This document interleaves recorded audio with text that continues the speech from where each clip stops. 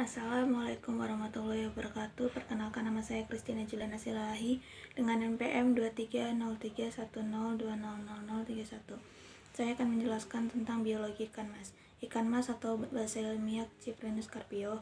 Ikan mas adalah ikan yang tergolong dalam ikan air tawar yang bernilai ekonomis dan yang biasa dikonsumsi oleh masyarakat. Adapun ciri-ciri morfologi dari ikan mas sebagai berikut. Yang pertama ialah bentuk tubuhnya agak memanjang dan pipi tegak atau kompreset. Yang kedua, mulutnya terletak di bagian tengah ujung kepala atau terminal dan dapat disembulkan atau protaktil. Di bagian anterior mulut terdapat dua pasang sungut. Di ujung dalam mulut terdapat kerongkongan yang terbentuk dari 3 baris gigi geraham. Sirip punggungnya memanjang dengan bagian belakang berjari keras dan di bagian akhir sirip bergerigi. Garis rusuknya tergolong lengkap, berada di pertengahan tubuh dengan bentuk melintang dari tutup sisik dan hanya sebagian kecil yang tidak ditutupi sisik. Sisik ikan mas berukuran relatif besar dan digolongkan dalam tipe sisik sikloid dengan ukuran yang sangat beragam. Adapun klasifikasi ikan mas sebagai berikut: Kingdom Animalia, Phylum Chordata, kelas Actinopterygii, Ordo Cyprinusformes, famili Cyprinidae, genus Cyprinus, spesies Cyprinus carpio. Ikan mas dapat tumbuh cepat pada suhu lingkungan berkisar antara 20-28 derajat Celcius dan akan mengalami penurunan pertumbuhan bila suhu lingkungan lebih rendah.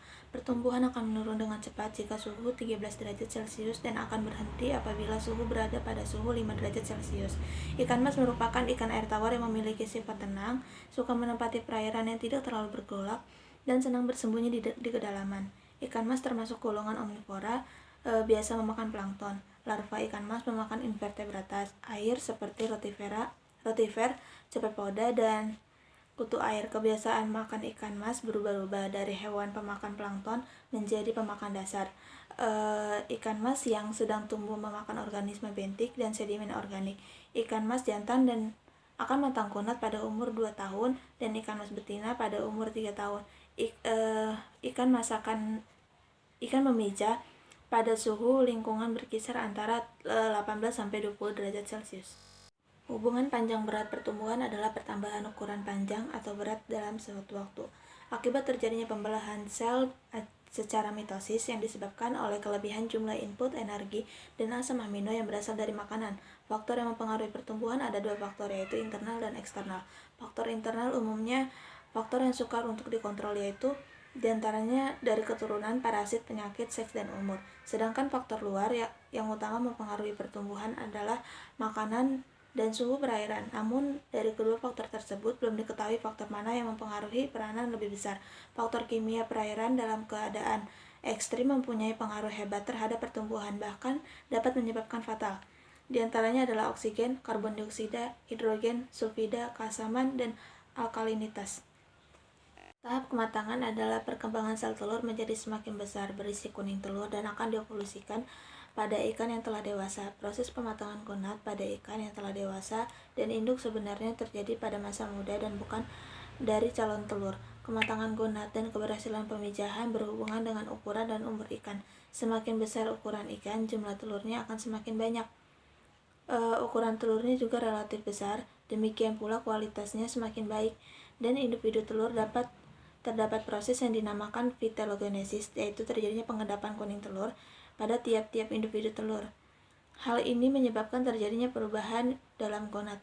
Umumnya pertambahan berat gonad pada ikan betina kurang lebih 10-25% dari berat tubuh pada ikan jantan sebesar 5-10%. Dari TKG ini dapat diketahui bila mana ikan ini akan baru memijah dan sudah selesai memijah. Tiap-tiap spesies ikan pada waktu pertama kali gonadnya menjadi masak tidak sama ukurannya. Secara alamiah, ukuran berat tubuh ikan dapat digunakan sebagai tanda utama untuk mengetahui kematangan gonad. Tingkat kematangan gonad adalah tahapan tertentu perkembangan gonad sebelum dan sesudah ikan itu berpijah. Tiap-tiap spesies ikan yang pada waktu pertama kali gonadnya menjadi masak tidak sama ukurannya. Demikian pula ikan yang sama spesiesnya. Dalam bidang pembenihan, pencatatan perubahan atau tahap-tahap pematangan gonad diperlukan untuk mengetahui perbandingan ikan-ikan yang akan melakukan reproduksi yang Dalam bidang pembenihan ikan, pencatatan perubahan atau tahap-tahap kematangan gonad diperlukan untuk mengetahui perbandingan ikan-ikan yang akan melakukan reproduksi dan yang tidak. Pengamatan kematangan gonad dilakukan dengan dua cara, yaitu cara histologi yang dilakukan di laboratorium dengan cara pengamatan morfologi yang dapat dilakukan di laboratorium dan di lapangan. Penelitian secara histologi yang diketahui anatomi perkembangan gonad tadi lebih jelas dan mendetail. Dasar yang dipakai untuk menentukan TKG dengan cara morfologi dari bentuk, ukuran panjang dan berat, warna dan perkembangan isi gonad yang dapat dilihat. Perkembangan ikan betina lebih banyak dilihat daripada ikan jantan karena perkembangan diameter telur yang terdapat dalam gonad lebih mudah dilihat daripada sperma yang terdapat di dalam testis. Morfologi gonad dan corak warna digunakan untuk membedakan tingkat kematangan gonad. Faktor-faktor utama yang mampu mempengaruhi kematangan gonad pada ikan antara lain suhu dan makanan, tetapi secara relatif perubahan tidak besar dan di daerah tropik gonad dapat masak lebih cepat. Kualitas pakan yang diberikan harus mempunyai komposisi khusus yang merupakan faktor penting dalam mendukung keberhasilan proses pematangan gonad dan pemijahan. Adapun kematangan gonad dapat kita lihat dari ciri-ciri jantan dan betina, seperti betina dari bentuk ovarium, besar kecilnya ovarium, pengisian ovarium dalam rongga tubuh, warna ovarium, halus tidaknya ovarium, ukuran telur dalam ovarium, lebih jelasnya bentuk dan warna telur, ukuran garis tengah telur. Pada jantan, bentuk testes, besar kecilnya testes, pengisian testes dalam rongga tubuh, warna testes, keluar tidaknya cairan dari testes. Tahapan tingkat kematangan gonad. Tingkat kematangan gonad yang pertama ialah organ seksual sangat kecil berdekatan di bawah tulang punggung, testes dan ovarium transparan dan tidak berwarna sampai berwarna abu-abu. Telur tidak terlihat dengan mata biasa. Yang kedua, testes dan ovarium jernih, abu-abu merah, panjangnya setengah atau lebih sedikit dari panjang rongga bawah. Telur satu persatu terlihat dengan kaca pembesar. Yang selanjutnya ialah testes dan ovarium, bentuknya bulat telur berwarna kemerah-merahan dengan pembuluh kapiler.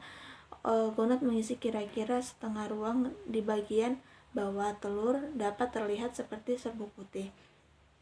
Yang selanjutnya ialah testes berwarna putih kemerah-merahan, tidak ada sperma atau bagian perut. Ditentukan ovarium berwarna orange kemerah-merahan. Telur jelas dapat dibedakan. Bentukan bulat telur ovarium mengisi kira-kira 2/3 ruang bawah. Dan yang selanjutnya ialah organ seksual mengisi ruang bawah. Testes berwarna putih, keluar testesnya sperma kalau ditekan perutnya. Telur bentuknya bulat, beberapa daripadanya jernih dan masak. Telur dan sperma keluar dengan sedikit tekanan ke perut. Kebanyakan telur berwarna jernih dengan beberapa yang berbentuk bulat telur di dalam ovarium. Yang selanjutnya ialah gonad belum kosong sama sekali, tidak ada telur yang bulat. Dan selanjutnya testes dan ovarium kosong dan berwarna kemerahan. Beberapa telur sedang ada dalam keadaan dihisap kembali. Yang terakhir, testes dan ovarium berwarna jernih dan abu-abu sampai kemerah-merahan. Gonad. Perhitungan indeks kematangan gonad dapat menggunakan perbandingan antara berat gonad dengan berat tubuh ikan. Selain itu, dapat juga dengan mengamati perkembangan garis telur yang dikandungan hasil dari pengendapan kuning telur selama proses fitologenesis. Perkembangan gonad yang diikuti juga dengan semakin membesarnya pula garis tengah telur yang dikandung di dalamnya. Sebaran garis tengah telur pada tiap tingkat kematangan gonad akan mencerminkan pola pemijahan ikan tersebut. Fekunditas adalah semua telur yang akan dikeluarkan pada waktu pemijahan.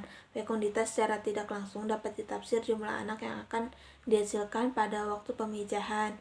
Jumlah telur yang terdapat dalam ovarium jika ikan dinamakan fekunditas individu, fekunditas mutlak, dan fekunditas total.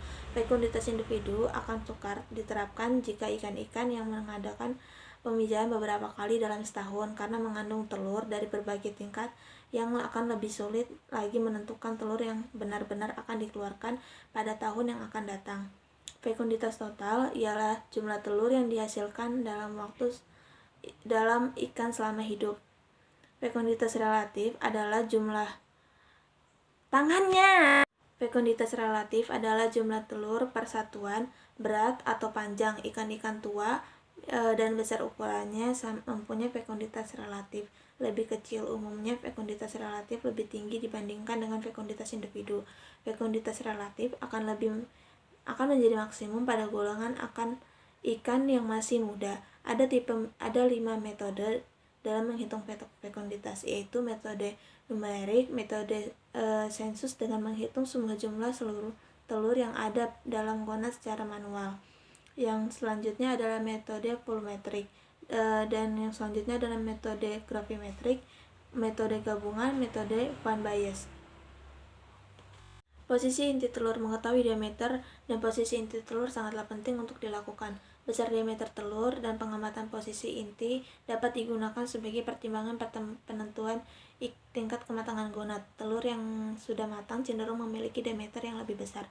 Pada telur yang sudah matang, posisi inti telur cenderung tidak berada di tengah. Selain itu, biasanya diameter telur dapat dihubungkan dengan perkiraan nilai fekunditas. Pada ikan-ikan yang memiliki telur yang besar, fekunditasnya biasanya cenderung kecil. Kebiasaan pakan.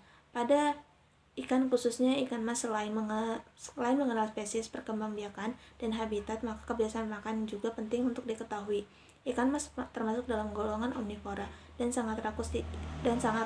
Ia gemar mengaduk-aduk dasar perairan untuk mencari makan. Pakan alaminya meliputi tumbuhan air, lumut, cacing, keong, udang, kerang, larva, serangga, dan organisme lainnya. Diperkirakan baik yang terdapat pada dasar. Kebiasaan pakan. Pada ikan, khususnya ikan mas, selain mengenal spesies, perkembangan, dan habitat, maka kebiasaan makan juga penting untuk diketahui. Ikan mas juga termasuk dalam golongan omnivora dan sangat rakus. Ia gemar mengaduk-aduk dasar perairan untuk mencari makan. Makanan alaminya meliputi tumbuhan air, lumut, cacing, keong, udang, kerang, larva, serangga, dan organisme lainnya yang ada di perairan. Perairan baik terdapat pada dasar perairan, pertengahan, maupun permukaan air. Sedangkan pakan buatan pada ikan mas dengan cara meniru aroma atau bentuk pada pakan alami.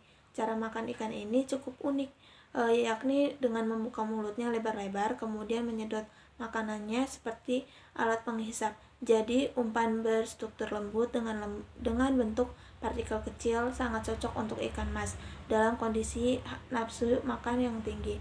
Adapun yang dianggapnya makanan akan dihisap kemudian dicicipi, dan yang bukan makanannya akan disemburkan. Sekian dari saya, mohon maaf jika ada salah kata. Assalamualaikum warahmatullahi wabarakatuh.